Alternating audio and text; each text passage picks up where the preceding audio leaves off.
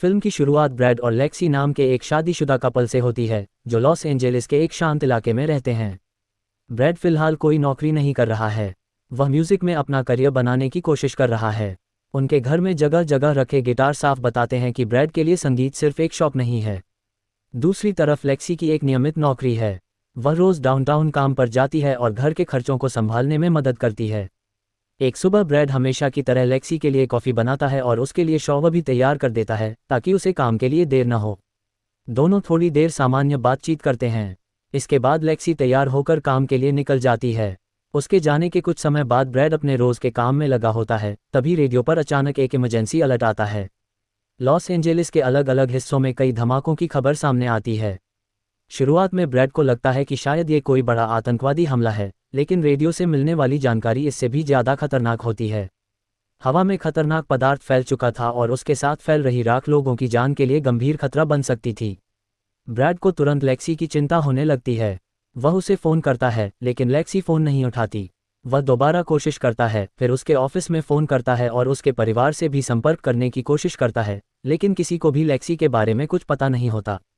Radio की खबरें हर minute और डरावनी होती जाती हैं। लोग सड़कों पर भाग रहे हैं, कुछ लोग अचानक गिरकर बेहोश हो रहे हैं और शहर के अलग अलग हिस्सों से धुएं के बड़े बड़े बादल उठ रहे हैं। ब्रैड खिड़की से बाहर देखता है और दूर शहर के ऊपर एक घना बादल दिखाई देता है। अब उसे समझ आ जाता है कि घर में बैठकर इंतजार करना सही नहीं होगा। वह आखिरी बार लेक्सी को फ़ोन करता है और मैसेज छोड़ता है कि वह उसे लेने आ रहा है। इसके बाद वह कार लेकर सीधे डाउनटाउन की तरफ निकल पड़ता है। लेकिन कुछ ही देर में ब्रैड को एहसास हो जाता है कि पूरा लॉस एंजेलिस अराजकता में बदल चुका है। कई सड़कें पुलिस ने बंद कर दी हैं और अधिकारियों ने लोगों को प्रभावित इलाकों से दूर रहने की चेतावनी दी है। ब्रैड अपना रास्ता बदलकर आगे बढ़ता रहता है, लेकिन कुछ दूरी तय करने के बाद उसकी कार का एक्सीडेंट हो जाता है और उसका एक टायर खराब हो जाता है। अब कार को तुरंत ठीक करना जरूरी था। ब्रैड पास की एक हार्डवेयर स्टोर पर जाता है और कार की मरम्मत के लिए जरूरी सामान खरीदता है। इसके साथ ही वह बड़ी मात्रा में डक्ट टेप भी ले लेता है। उसे अभी अंदाजा नहीं था कि आने वाले समय में उसे इसकी कितनी ज़रूरत पड़ने वाली है। वापस लौटते समय ब्रैड एक ऐसी घटना देखता है जिससे उसे स्थिति की गंभीरता का और ज़्यादा एहसास होता है। पुलिस की गाड़ियां राख से ढकी एक कार का पीछा कर रही होती हैं। पुलिसकर्मियों ने सुरक्षात्मक मास्क पहन रखे होते हैं और वे कार में बैठे आदमी को बाहर आने का आदेश देते हैं। वह आदमी पुलिस की बात मानने से इनकार करता है और भागने की कोशिश करता है। पुलिस उसे रोकने के लिए बल का इस्तेमाल करती है। आखिरकार एक अधिकारी ब्रैड को साफ बता देता है कि इस समय डाउनटाउन जाना और लेक्सी को ढूंढना लगभग नामुमकिन है। कोई दूसरा रास्ता न देखकर ब्रैड वापस घर जाने का फैसला करता है। रास्ते में उसे सड़क के पास एक छोटा लड़का अकेला खड़ा दिखाई देता है। उसका नाम टिम्मी होता है। वह बस शहर के ऊपर उठते धुएं को देख रहा होता है। ब्रैड उसे घर जाने के लिए कहता है और आगे बढ़ जाता है। जब ब्रैड आखिरकार अपने घर पहुंचता है तो वहां लेक्सी नहीं होती। वह उसे दोबारा फ़ोन करता है, लेकिन फिर भी कोई जवाब नहीं मिलता। तभी उसे एहसास होता है कि घर के अंदर कोई और भी मौजूद है। ब्रैड घबरा जाता है। कुछ ही देर में वह अजनबी अपना परिचय देता है। उसका नाम अल्वारो होता है। वह ब्रैड के पड़ोसी के लिए काम करता है। बाहर की स्थिति देखकर उसके पास जाने के लिए कोई सुरक्षित जगह नहीं थी, इसलिए वह ब्रैड के घर में आकर छिप गया था। ब्रैड मजबूरी में उसे घर में रहने देता है। अल्वारो रेडियो चालू करता है और ताज़ा खबरें सुनते ही दोनों को पता चलता है कि खतरनाक राख अब उनके इलाके की तरफ बढ़ रही है। अल्वारो ब्रैड से कहता है कि उन्हें तुरंत घर को पूरी तरह सील करना होगा, लेकिन ब्रैड हिचकिचाता है। उसकी सबसे बड़ी चिंता लेक्सी होती है। वह सोचता है कि अगर उन्होंने घर को पूरी तरह बंद कर दिया तो लेक्सी वापस आने पर अंदर कैसे आएगी। तभी स्थिति और ख़राब हो जाती है। आसमान से राख गिरने लगती है। अब ब्रैड के पास ज़्यादा विकल्प नहीं बचता। वह और अल्वारो मिलकर घर के दरवाजे, खिड़कियां और हर छोटे बड़े रास्ते को प्लास्टिक और डक्ट टेप से बंद करना शुरू कर देते हैं। ब्रैड पीछे के दरवाजे के पास लेक्सी के लिए पानी और कुछ कपड़े भी रख देता है, ताकि अगर वह किसी तरह घर लौटे तो कम से कम ज़रूरी चीज़ें उसके पास हों। कई घंटे बीत जाते हैं, लेकिन लेक्सी वापस नहीं आती। तभी ब्रैड को उसकी माँ का फ़ोन आता है। वह लेक्सी से बात करना चाहती है, लेकिन ब्रैड उसे ज़्यादा जानकारी नहीं देता और जल्दी से फ़ोन काट देता है। इसके बाद कहानी लेक्सी की तरफ चली जाती है। लेक्सी अभी जिंदा होती है और किसी तरह ट्रैफिक और शहर में फैली अफरा तफरी के बीच अपने घर तक पहुंच जाती है। लेकिन उसकी हालत देखकर तुरंत पता चलता है कि वह बाहर की राख के संपर्क में आ चुकी है। लेक्सी घर के बाहर खड़ी होकर ब्रैड को आवाज़ देती है। जैसे ही ब्रैड उसे देखता है, वह अंदर से पूरी तरह टूट जाता है। अब उसके सामने जिंदगी का सबसे मुश्किल फैसला होता है।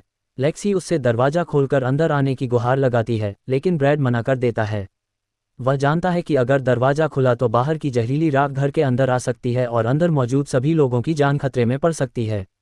लेक्सी को यकीन नहीं होता कि उसका अपना पति उससे कुछ ही फीट दूर खड़ा होकर भी उसे अंदर आने नहीं दे रहा। वह गुस्सा होकर ब्रैड पर चिल्लाने लगती है। स्थिति तब और दर्दनाक हो जाती है जब उसे पता चलता है कि अल्वारो भी घर के अंदर ब्रैड के साथ मौजूद है। ब्रैड उसे समझाने की कोशिश करता है कि वह उसे छोड़ नहीं रहा है।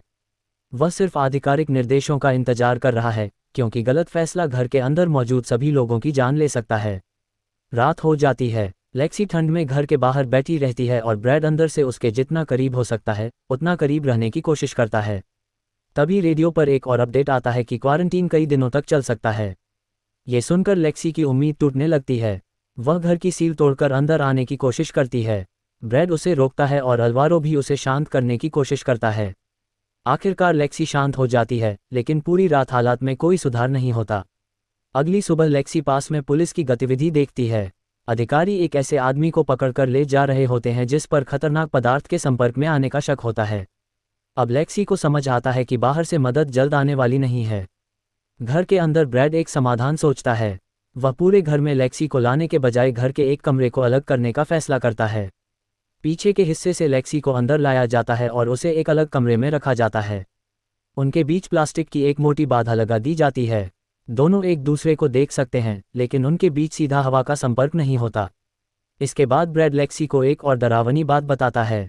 किसी को अभी तक पूरी तरह पता नहीं है कि यह खतरनाक पदार्थ शरीर पर क्या असर करता है। बाहर राख के संपर्क में आने के कारण लेक्सी की हालत गंभीर खतरे में है। ये सुनकर लेक्सी पूरी तरह टूट जाती है। तभी उसकी मां का दोबारा फोन आता है। लेक्सी उससे बात करने लगती है और उसी दौरान उसकी नज़र बाहर टिम्मी पर पड़ती है। ये वही छोटा लड़का होता है जिसे ब्रैड ने पहले सड़क के पास अकेला देखा था। लेक्सी उसे अपने पास बुलाती है और घर के अंदर ले आती है। अब छोटे से घर में 3 लोग फंस चुके होते हैं, जबकि बाहर की दुनिया उनसे लगातार दूर होती जा रही होती है। लेकिन एक साथ बंद रहने से हालात आसान नहीं होते। लगातार तनाव और डर का असर ब्रैड और अल्वारो पर भी पड़ने लगता है। दोनों के बीच बहस हो जाती है।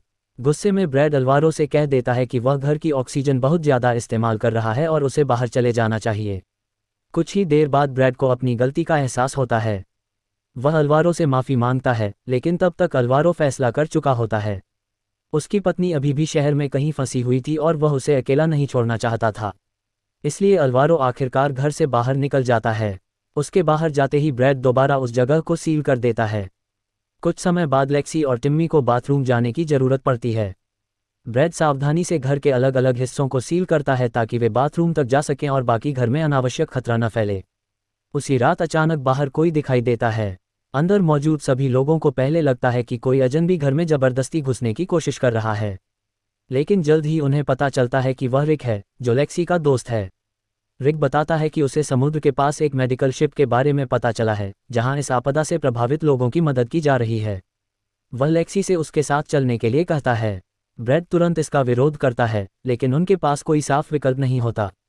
आखिरकार लेक्सी टिम्मी को साथ लेकर रिक के साथ चली जाती है। अब ब्रैड घर में अकेला रह जाता है। कुछ समय बाद मिलिट्री के अधिकारी वहां पहुंचते हैं। उनका नेतृत्व कॉर्पोरल मार्शल कर रहा होता है। वह ब्रैड से पूछताछ करता है कि घर के अंदर क्या हुआ था और क्या उसका लेक्सी से संपर्क हुआ था। पूछताछ के दौरान अधिकारियों को पता चलता है कि लेक्सी ने पहले घर की सील तोड़ने की कोशिश की थी। अधिकारी उस जगह से कुछ सैंपल मांगते हैं। ब्रैड के पास उन्हें देने के अलावा कोई विकल्प नहीं होता। अधिकारी आखिरकार वहां से चले जाते हैं, लेकिन कुछ समय बाद अचानक लेक्सी वापस लौट आती है। रास्ते में रिक और टिम्मी को अधिकारियों ने रोक लिया था और लेक्सी किसी तरह वहां से बचकर वापस घर पहुंची थी, लेकिन अब उसकी हालत पहले से काफ़ी ज़्यादा खराब हो चुकी होती है। वह लगातार खांस रही होती है। जब लेक्सी बाहर की तरफ रोशनी डालती है तो उसे ज़मीन पर कई मरे हुए पक्षी दिखाई देते हैं। यह नज़ारा साफ कर देता है कि हवा में मौजूद खतरनाक पदार्थ अब बेहद जहरीला हो चुका है। घर के अंदर ब्रैड और लेक्सी फिर से प्लास्टिक की बाधा के अलग अलग तरफ बैठते हैं। वे पहले की तरह एक दूसरे के करीब नहीं हो सकते थे, इसलिए दोनों प्लास्टिक की उस दीवार के आर पार बातें करने लगते हैं। वे उन चीज़ों के बारे में बात करते हैं जिन्हें वे इस आपदा के खत्म होने के बाद करना चाहते हैं। वे सामान्य जिंदगी में वापस लौटने और साथ में समय बिताने के सपने देखने लगते हैं। लेकिन लेक्सी की हालत लगातार खराब होती जाती है। तभी अचानक कॉर्पोरल मार्शल और दूसरे अधिकारी दोबारा घर पर पहुंच जाते हैं। इस बार वे लेक्सी को अपने साथ ले जाने आए होते हैं। ब्रैड उनके पीछे जाने की कोशिश करता है, लेकिन अधिकारी उसे रोक देते हैं और घर के अंदर ही रहने के लिए मजबूर करते हैं। तभी मार्शल ब्रैड को असली सच्चाई बताता है। समस्या सिर्फ यह नहीं थी कि लेक्सी बाहर की जहरीली राख के संपर्क में आई थी। जब लेक्सी ने पहले घर की सील तोड़ने की कोशिश की थी, तब उस खतरनाक पदार्थ का कुछ हिस्सा घर के अंदर भी आ गया था। और क्योंकि ब्रैड ने घर को बहुत अच्छी तरह से सील कर दिया था, अंदर फंसी नमी और बंद वातावरण ने उस दूषित पदार्थ को फैलने के लिए और भी अनुकूल स्थिति पैदा कर दी। अब पूरा घर गंभीर रूप से दूषित माना जा रहा था। ब्रैड को ये सुनकर सबसे बड़ा झटका लगता है। उसने इतने समय तक अपने घर को सुरक्षित रखने के लिए हर दरवाजा और खिड़की बंद की थी। उसे लगता था कि यही दीवारें उसकी और उसके परिवार की रक्षा कर रही हैं। लेकिन अब वही घर उसकी सबसे बड़ी दुश्मन बन चुका था। अधिकारी ब्रैड को बताते हैं कि वह भी इस खतरनाक पदार्थ के संपर्क में आ चुका है और उसके बचने की संभावना बेहद कम है। ब्रैड अभी इस सच्चाई को समझ भी नहीं पाता कि अधिकारी घर को बाहर से सुरक्षित तरीके से बंद करना शुरू कर देते हैं। इसके बाद वे एक पाइप जोड़ते हैं और घर के अंदर जहरीली गैस छोड़ना शुरू कर देते हैं। तभी ब्रैड को समझ आता है कि अधिकारी उसे बचाने नहीं आए हैं। वे उस पूरे दूषित घर को अंदर से खत्म करके संक्रमण को फैलने से रोकना चाहते हैं, जबकि ब्रैड अभी भी उसी घर के अंदर फंसा हुआ है। ब्रैड तुरंत बाहर निकलने का रास्ता ढूंढने लगता है। वह पूरी ताकत लगाकर घर के एक हिस्से को तोड़ने की कोशिश करता है और आखिरकार किसी तरह एक रास्ता बनाने में सफल हो जाता है।